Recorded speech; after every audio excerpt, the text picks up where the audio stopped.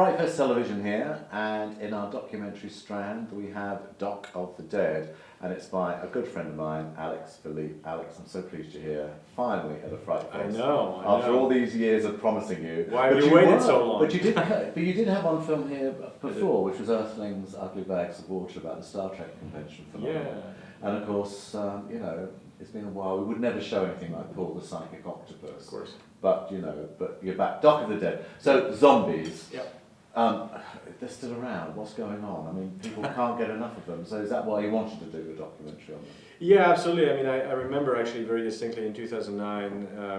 When I was at San Diego Comic-Con, which I pretty much go there every year. But I noticed that there were more zombies there than usual, or certainly more zombies than there ought to be at a Comic-Con. You know what I mean? So it pretty much struck me that I needed to start really looking at that phenomenon of how did zombie go from a very strong, powerful underground culture to the mainstream.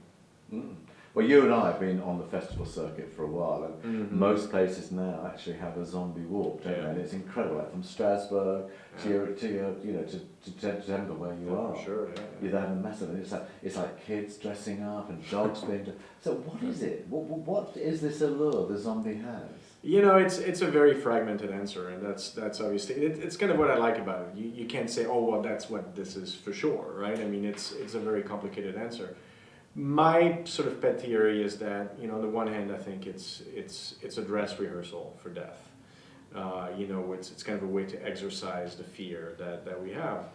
But we have there's this expert, the zombie expert in Dawn of the Dead, Sarah Lauro, who talks about the fact that it's a kind of a tacit message to our government, and she links it to popular movements like the Occupy Wall Street movement or the Arab Spring, that kind of stuff. This idea that people are feeling empowered, and that they're essentially saying, if we wanted, we could start a revolution. It's an interesting thought. I'm not entirely sure that's it, because I think when you go to a zombie walk, I mean, I don't know if you've been actually in the middle of one, but it's a pretty good vibe. I mean, I think people are very friendly. It sort of makes you feel a lot more warm and fuzzy than if you're in a subway here in London, probably. It's interesting just because we staged one of the first zombie walks in a FrightFest about 10 years ago, and it was massive. And then literally the next year there was like 2 people turned up. So we could never have, it's never sort of like perpetuated itself in the way that it has in other cities. Even in Sitges, where your film's going to be playing and kicking off, I think their zombie walk there. We'll see.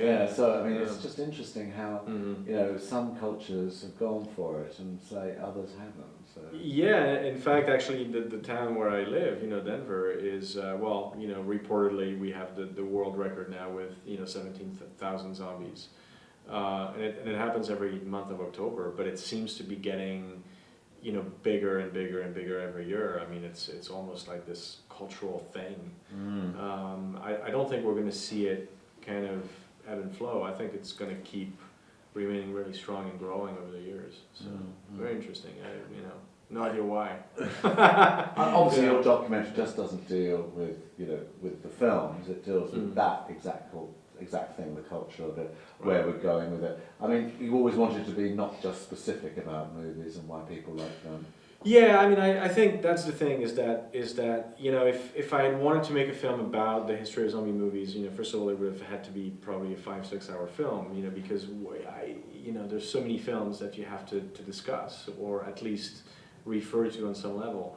I wanted to find the straightest possible route to get to this idea of culture, of why we are where we are today in terms of culture. And so in order to do this, I had to really make some very, very hard decisions in terms of which movies were milestones in that history that could shed some light in terms of why zombies are so popular today. So so I had to leave out Lucio Fulci, I had to leave out my personal favorite, actually, Fido, and the Wreck movies, and a lot of others. There just wasn't, and then there's budgetary constraints, and then you have your distributors saying, it has to be more, U.S. centric as well. So there's a lot of considerations that, you just can't put it all in there, you know. Easy getting to George Romero? You mean easy to get to him? Yeah. Well, it was thanks to the folks in Strasbourg at the film festival there, because I had been on that jury the year before. He was the president of the jury, and so I contacted them, and they put me in touch with his wife, Suze, and they invited us to to go to Toronto, and because he lives in Toronto, and. So I was very, very fortunate. I mean, in fact, our very first two interviews were Simon Pegg and George Romero. So, you can't go wrong with that. Anybody you wanted to include but couldn't? Yeah, I mean, first of all, I'll say I feel like, in terms of like zombie icons, we're pretty well covered, and I feel very fortunate with the cast that we have. I think really the one I would have liked to interview is Danny Boyle. I would have been I'm not surprised we couldn't get him. Well, first of all, he's obviously very busy, but also, he doesn't believe that he's made a zombie film. So, but I sort of really wanted him to say that, like I would have been very happy with a 10-second interview saying, of Danny Boyle saying, I didn't make a zombie film now, I'm getting out of here, that's it. That would have been great. But, so that's really the only one I feel like, I would have liked to interview you. How long did it take you to put together?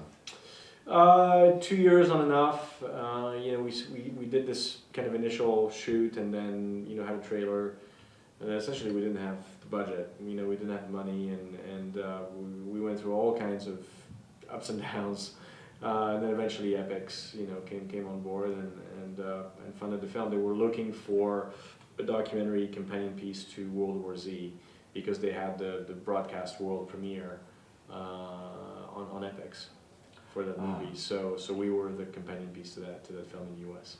Yeah. Oh wow! Mm-hmm. And footage. I mean, was some stock footage? Did you use any of that? What was it all your own material? Well, I mean, we've licensed a fair amount, obviously, of footage from famous zombie films, and and that obviously is not cheap. No. I mean, we had Night of the Living Dead must have been. You just use it.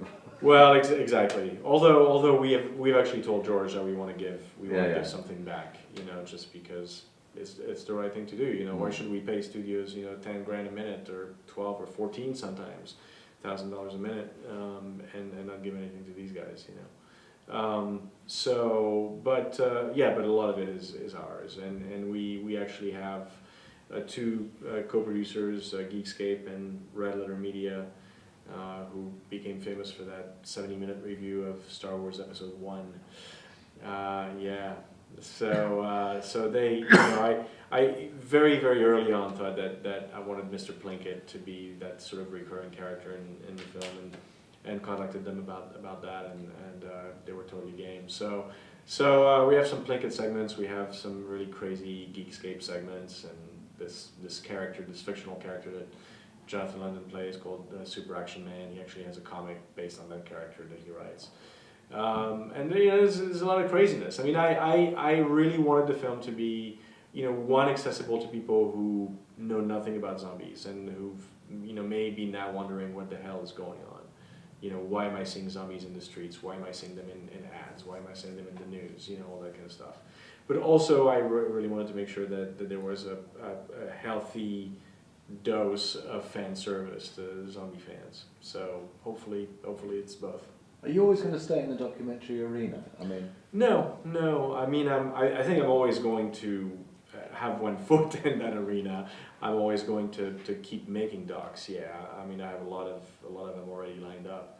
But I'm starting to explore. I mean, there's a lot of scripts that I've written, because that's actually my background. It initially was screenwriting. So there's a lot of scripts that I would like to do at some point, I also have a comic book company, and that's kind of my my little passion. I sort of half jokingly say that I'd like to quit my day job as a filmmaker to make comics full time, and it's kind of true. I mean, I just love comics. Yeah. Wow. I mean, would you stay in the genre then? I mean, would it be sort of horror, science fiction stuff that you would do? Yeah, I mean, it's pretty out there stuff. I mean, I have two series right now. One is actually a zombie western comedy, sort of very twisted. It's called Dead Skins. It's a reinvention of the Old West, specifically of Custer's Last Stand, with undead zombies. With zombies. Undead zombies, that's kind of an oxymoron. That's humans. Yeah. And then I have another series which is kind of an acquired taste.